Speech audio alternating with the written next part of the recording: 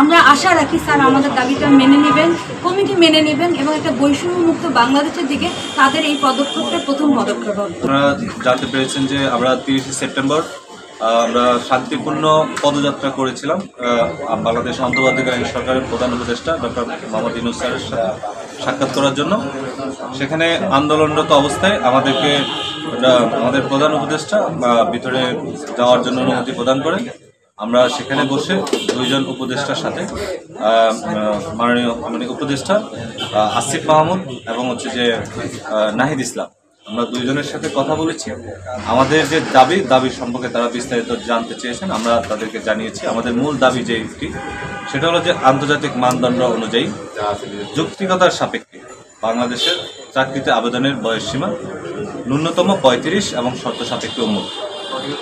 সেই আলোচনার পরিপ্রেক্ষিতে আমাদের উপদেষ্টা মাননীয় আসিফ মাহমুদ এবং নাহিদ ইসলাম দুইজন আমাদের সাথে আলোচনা করে আমাদের বর্তমান অন্তর্বর্তীকালীন সরকারের জনপ্রশাসন সংস্কার উপদেষ্টা বা আহ্বায়ক ডক্টর আব্দুল মুহিত স্যারের সাথে আলোচনা করার জন্য, যেহেতু একটি জনপ্রশাসন মন্ত্রণালয়ের কাজ, সেহেতু স্যারের সাথে কথা বলার জন্য আলোচনা করার জন্য আমাদের একটা মিটিংয়ের টাইম নির্ধারণ করে দিয়েছি। সেই সুবাদে আমরা গতকালকে আব্দুল মুহিত স্যারের সাথে আমরা সাক্ষাৎ করার জন্য ফোনে কথা বলেছি। স্যার আমাদেরকে খুব সুন্দরভাবে বলেছেন যে আজকে আমাদের সাথে একটি মিটিং করবে। মূল বিষয় হচ্ছে যে চাকরিতে আবেদনের বয়সসীমা ন্যূনতম 35, শর্ত সাপেক্ষে উন্মুক্ত। এই বিষয়টি নিয়ে আজকে আমরা স্যারের মিটিং কল টাইম অনুযায়ী আমরা আজকে এখানে এসেছি। আপনারা দেখতে পেয়েছেন যে আমরা স্যারের সাথে আলোচনা করেছি। স্যার আমাদের সাথে আলোচনা করার জন্য একটি টিম গঠন করেছে। এখন ভিতরে আমাদের সাথে যে ব্যাপারগুলো নিয়ে কথা হয়েছে আমি জাস্ট সংক্ষেপে বলবো। আমাদের যে দাবি যৌক্তিক, এই যৌক্তিকতার পক্ষে প্রত্যেকজন স্যার আমাদের কথা শুনেছেন এবং আমাদের দাবি যৌক্তিক। এই যৌক্তিকতার নিরীক্ষে আমাদের আলোচনাগুলোকে স্যাররা অ্যাপ্রিসিয়েট করেছেন এবং স্যাররা আমাদের কথাগুলোকে বিশ্লেষণ করে আগামী 7 কার্য দিবসের মধ্যে একটি চমৎকার বৈষম্যহীন বাংলাদেশ গড়ে তোলার জন্য একটি প্রতিবেদন প্রকাশ করবে।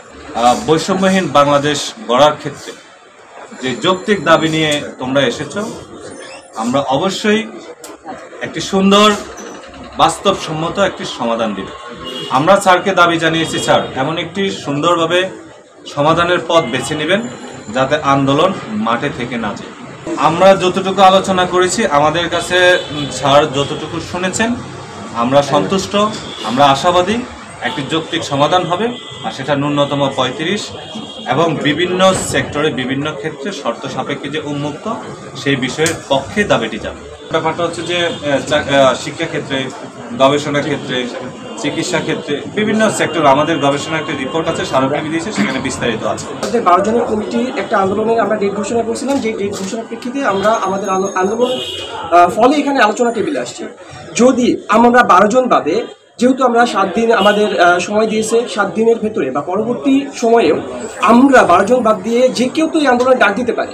যদি অন্য কোনো গ্রুপ বা গোষ্ঠী এই আন্দোলনের ডাক দেয় এবং তারা যদি দেশে কোনো অনাকাঙ্ক্ষিত পরিবেশ তৈরি করে, সেই দায়ভার আমরা 12 জন নিব না।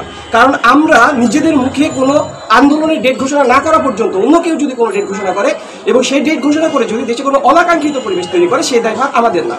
কারণ আমরা দেখছি যে ইনকলাব, আমি তীব্র নিন্দা জানাচ্ছি, তারা আমাদেরকে পলিটিসাইজ করার চেষ্টা করছে, তারা আমাদেরকে ছাত্রলীগ ঘোষণা করার চেষ্টা করছে। এই জন্য আমি জিনিসটা ক্লিয়ারিফাই করলাম, আমরা 12 জন বাদে যদি কেউ কোনো আন্দোলনের ডেট ঘোষণা করে এবং তারা কোনো অনাকাঙ্ক্ষিত পরিবেশ তৈরি করে, এই দায়ভার আমরা 12 জন নেব না, যতক্ষণ পর্যন্ত না আমাদের সমন্বয়কদের ভিতরে কেউ কোনো আন্দোলনের ডেট ঘোষণা করবে। উন্মুক্ত আমাদের একটা মাত্র দাবি এবং আমরা আশা করি তার আমাদের কথা এবং টিম অনেক মনোযোগ দিয়ে এবং গুরুত্বের সাথে কথা শুনেছেন এবং আমরা আশা রাখি স্যার আমাদের দাবিটা মেনে নেবেন, কমিটি মেনে নেবেন এবং একটা বৈষম্যমুক্ত বাংলাদেশের দিকে তাদের এই পদক্ষেপটা প্রথম পদক্ষেপ হবে।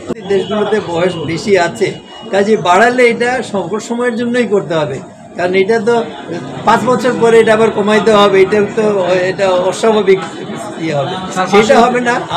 আমরা সার্বিক আলোকেই আমাদের সুপারিশ দেবো, এর বেশি এখন আজকে